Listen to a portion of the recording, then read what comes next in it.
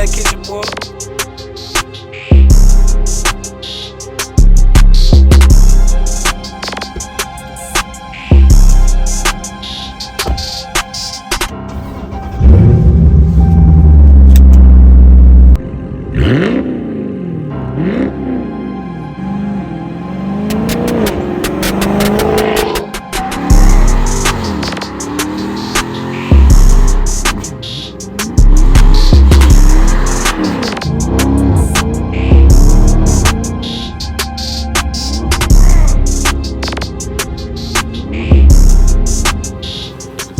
This dealership has some heat.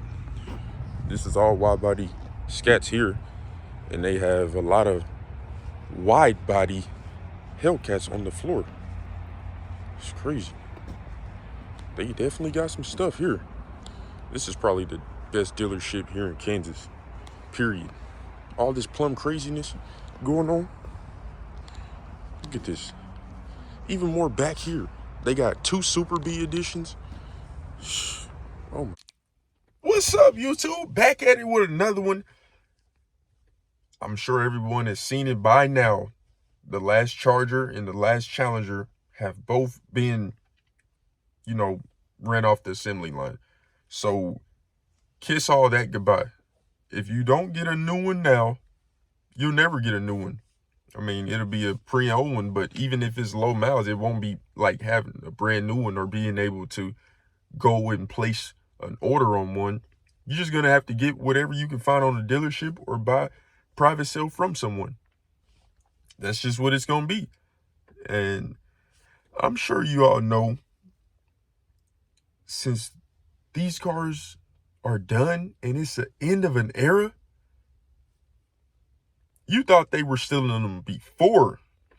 Just wait till now. Man, it's crazy. If they were still in them before, and now people know these cars will never be made again, if you don't have it secured, you're a fool. You're a fool. If you don't care, that's on you. If you say, hey, I have insurance, that's why I pay for insurance. Well, it's a good chance you're going to have to use that insurance, because these are one of the most stolen cars in America. Period. It's hands down. You drive this car, you do not have a peace of mind of parking it out in public somewhere, or even peace of mind parking it outside your house. That's crazy. I mean, that's just how it is. Back when I first got a Scat Pack, back in 2020, all this was not, it wasn't this bad. I mean, you heard cases here and there of people getting robbed for them, like at gunpoint or, stuff like that. But as far as how people are doing now, putting it in neutral or making fake keys or just coming and pushing the car, that really wasn't going on back in 2020, like while COVID was going on and everything. That really wasn't going on. So I would literally take my Scat anywhere and park it anywhere and wasn't even worried. And at that point in time, I even lived in an apartment, and I had it outside the apartment complex. Never was worried about someone stealing it or anything. But now you can just be going into Dollar Tree or Target, and your car might be gone before you come back out. It's a lot of pressure. Like, if you're a first-time Mopar owner, or you're thinking about being one, there's a lot that comes with the car, and you have to know what you're getting yourself into. Because if you're the type of person that you have your family with you, or any other people with you, you could potentially be putting your life and their life at danger if you're not careful. And by that, I mean not just someone robbing you at gunpoint out in public, which is a good chance it could happen for these cars. It's higher than any other vehicle. Of course, people CTS-Vs, Z06s, the Cadillac V truck, any nice Camaro Z01, Mustang, anything that's nice, of course, is going to catch the eye. GT500. But they're not getting stolen as much as the Mopars, and the market is not as big. So even if they do steal those vehicles, the market's not as big as if you're selling a Hellcat or you're selling a 392. It's just not. Or you got a Demon mode. It's just not the same. Those are worth the most money. All the parts off the car, you're making a lot of money. Period. Off a car they just stole. But you have to keep in mind, it's really a two-way street. Because one, you can settle for another car and be paying a payment on something you truly don't want. Let's say, and let's say you go with the Z06 Vet C7 or C8 Z06. Those cars are very nice. Those cars are very fast. Even the Blackwing, the CT5 Blackwing V, that's a very fast car too. But they do not give you the feeling that Hellcats give you. The Hellcat is a actual muscle car, raw power muscle car. They not designed to go around corners like a Corvette can or a Porsche 911. No, you're gonna feel that body roll, but yes, they can go around corners. It's all in what you want it for. It's not designed to do those things, but a Challenger and Charger can definitely go around turns and corners if you know how to drive that car. Now, the average person cannot get in there and try to go around a turn 100 plus miles an hour and not take into account that it's got that BBL on the back with that wide body or anything else. You will wreck that car. You have to know what you're doing, especially if you want to know how to drive these cars with the traction off. The plus to being able to drive these cars and get sideways and turn the traction off, it's actually easier to drive these like that than it is a Mustang. Because with the weight of the car, if you know what you're doing, the car is always going to snatch back. Always. Even if you have traction all the way off, if you know what you're doing and you've practiced, the car will catch back. You always know what your car is about to do. You can read it. It's easy to drive these. And actually, even though the Hellcat has more power than the Scat Pack, the Hellcat is easier to drive. So let's say I was to turn the traction off in my 392 and go crazy. You actually need to know how to drive better in the 392 than in the Hellcat. You could put a less experienced person in the Hellcat and they'll drive better than someone will in this 392 because the steering is completely different. I don't know all the exact terms and everything, but the steering feel and the actual steering is just different. It's completely different. So it really doesn't even seem like, yeah, you're in the Charger, yeah, you're in a Challenger, but it drives different, if that makes sense. If you don't know what I'm saying, if you ever get the opportunity, drive a Hellcat and drive a 392, and you'll see exactly what I'm talking about. Big difference.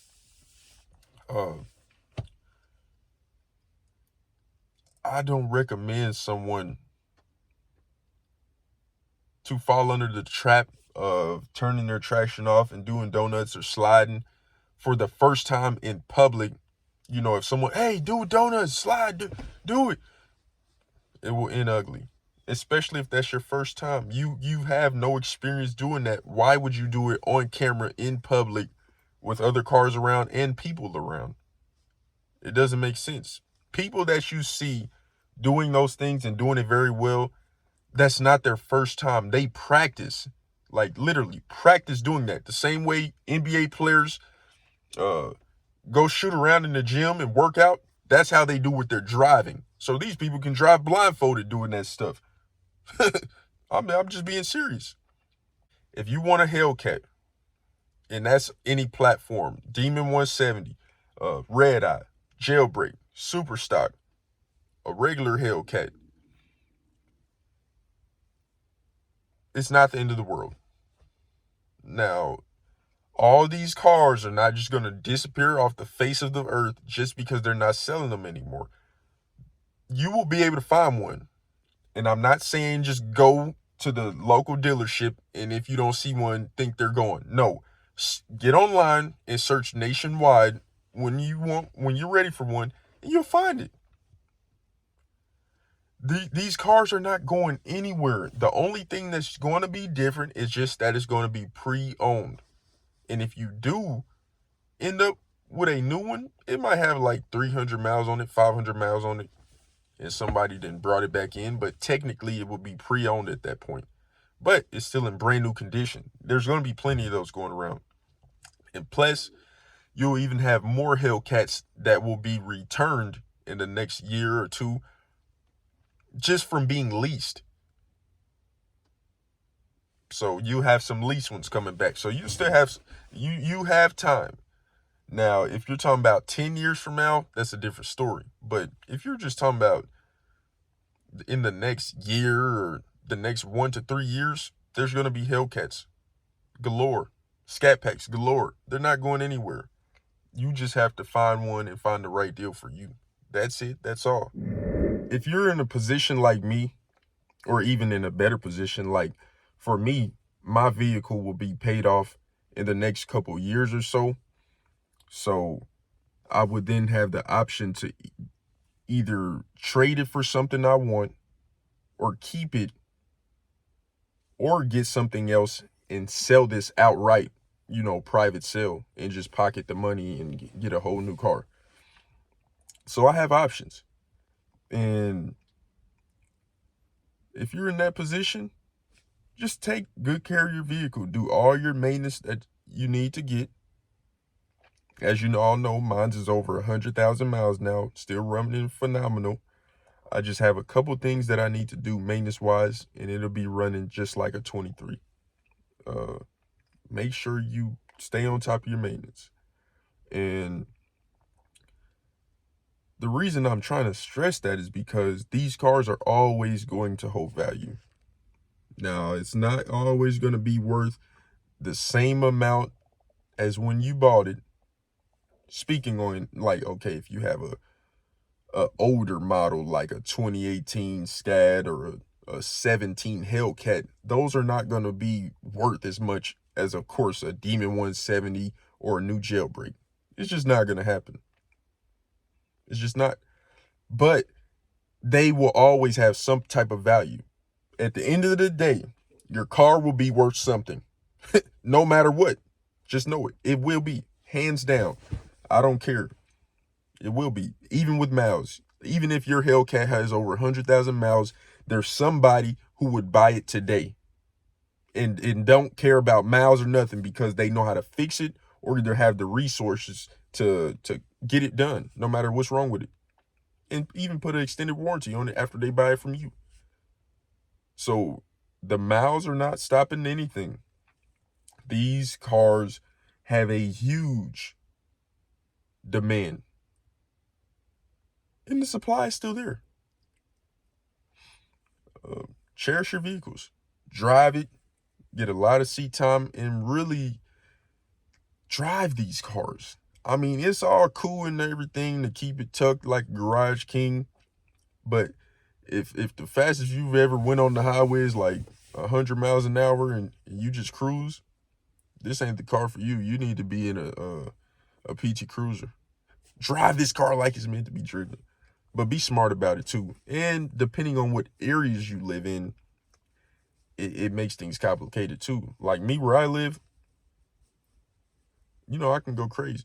But if someone like has one of these in New York or something, they can't really do take it to the full potential. I mean, without putting their life at risk or someone else, or just simply getting caught. You gotta be smart. There's a time and a place for everything. That's it for this video. If there's any more topics y'all want me to cover, leave a comment and I'll make it. Like, comment, subscribe. I'm out.